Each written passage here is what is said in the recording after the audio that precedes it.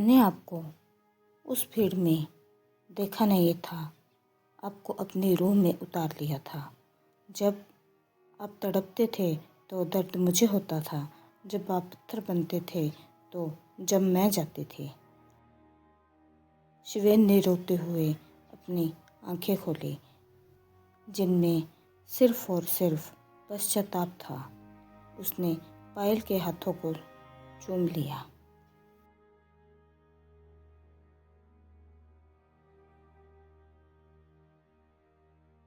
शिवेन एक सख्त सा लड़का, एपिसोड 18। नमस्ते दोस्तों, मैं हूं आपके दोस्त और इस कहानी की लेखिका आरजे पूनम। इश्क जब इबादत बन जाए तो पत्थर भी पिघल कर बहने लगता है। पिछले एपिसोड में आपने देखा कि शहर का सबसे सख्त बिजनेसमैन शिवेन आज पायल के कदमों में झुक गया है। उसकी सिसकियां खामोश होने का नाम नहीं ले रही है।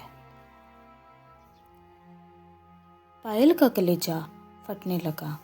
उसने झट से घुटनों के बल बैठकर शिवेन के चेहरे को अपने दोनों हाथों की हथेली में भरा। उसने अपने माथे को शिवेन के माथे से छुआया। दोनों की सांसें एक दूसरे में खुल रही थी।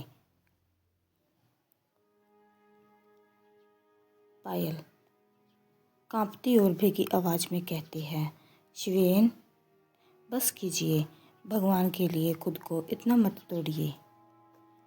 आपको क्या लगा कि आप अकेले थे?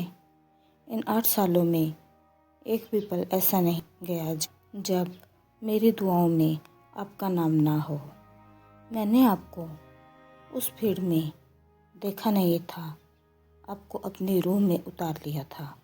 जब आप तड़पते थे तो दर्द मुझे होता था, जब आप पत्थर बनते थे तो जब मैं जाती थी। शिवेन ने रोते हुए अपनी आंखें खोली, जिनमें सिर्फ और सिर्फ पश्चाताप था। उसने पायल के हाथों को चूम लिया। शिवेन ने कहा, पायल मुझे लग रहा है कि कहीं ये कोई सपना न हो। कहीं मैं आँख खोलूं और तुम फिर से वही अजनबी बन जाओ। मुझे अपनी पनाह में ले लो। मैं बरसों से प्यासा हूँ, इस अकेलेपन के लिए, इस प्यार के लिए। पायल की आंखों से एक आंसू टपका और शिवेन के सीधे गाल पर गिरा। उसने बहुत ही ममता से शिवेन को गले लगा लिया, जैसे एक माँ अपने बिछड़े हुए बच्चे को कलेजे से लगाती है। पायल ने कहा, अब कोई डर नहीं शिवेन, अब कोई अंधेरा आपको छू भी नहीं पाएगा।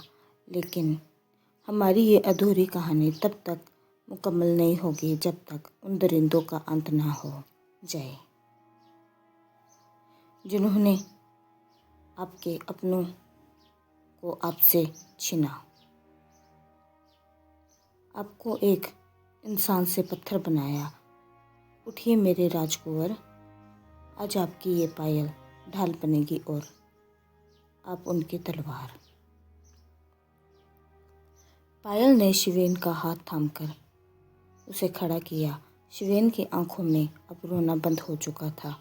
वहाँ अब एक ऐसी आग थी जो सब कुछ भस्म कर देने को तैयार थी। पायल उसे हवेली की गहराइयों में ले गई। जैसे ही आखिरी दरवाज़ा खुला, शिवेन की आंखें फटी की फटी रह गई। सामने एक बहुत बड़ा और भव्य दरबार सजा था। वहाँ पायल के वफादार मंत्री और अंगरक्षक अपनी राजसी पोशाक में कतारों में खड़े थे। चारों तरफ एक अजीब सी खामोशी और अनुशासन था। दरबार के बीचों बीच जमीन पर वो गद्दार मैनेजर रेडियो में जकड़ा हुआ बैठा था। उसके चेहरे पर एक मौत का खौफ दिख रहा था। शिवेन सुन रह गया। वह कभी उन मंत्रियों को देखता, कभी उस भव्य दरबार को, और कभी पायल के उस राजकुमारी वाले रुतबे को। उसे यकीन नहीं हो रहा था कि जिस लड़की को उसने सिर्फ एक मामूली पीए समझा था, उसके एक इशारे पर इतने शक्तिशाली लोग हाथ बांधकर खड़े हैं। शिवेन की हैरानी की सीमा नहीं रही जब उसने देखा कि सारे मंत्री पायल के सामने झुककर उसे सलाम कर रहे हैं। शिवेन बस हक्का बक्का होकर कभी मैनेजर को देखता तो कभी पायल के उस शाही अंदाज को। पायल दमदार आवाज़ में शिवेन से कहती है, शिवेन चौंकिए मत, ये सब मेरे वो वफादार लोग हैं जिन्होंने बरसों से मेरा साथ दिया है ताकि मैं इस कतार तक पहुंच सकूं। आज इस दरबार में सिर्फ एक राजकुमारी नहीं बल्कि एक बेटी भी खड़ी है जो अपने पिता के दोस्त के साथ हुए अन्याय का हिसाब करने आई है। मैनेजर ने जैसे ही शिवेन को देखा वह गिड़गिड़ाने लगा, सर मुझे बचा लीजिए, मुझे नहीं पता था कि ये लड़की इतनी शक्तिशाली है। पायल की आंखों में एक चमक थी। उसने शिवेन का हाथ पकड़कर उसे दरबार के अंदर में खड़ा कर दिया। आज शिवेन को एहसास हुआ कि पायल ने उसे सिर्फ अपनी मोहब्बत नहीं दी बल्कि उसे खोया हुआ मान सम्मान और एक पूरी सल्तनत का साथ दे दिया है। शायरी।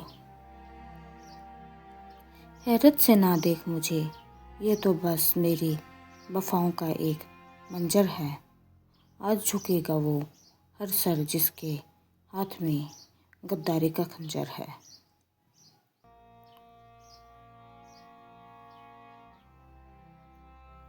तेरे इंसाफ की खातिर मैंने अपनी पूरी सल्तनत खड़ी कर दी पूनम, क्योंकि अब ये राजकुमारी तेरी है और ये सारा जहां तेरा लश्कर है।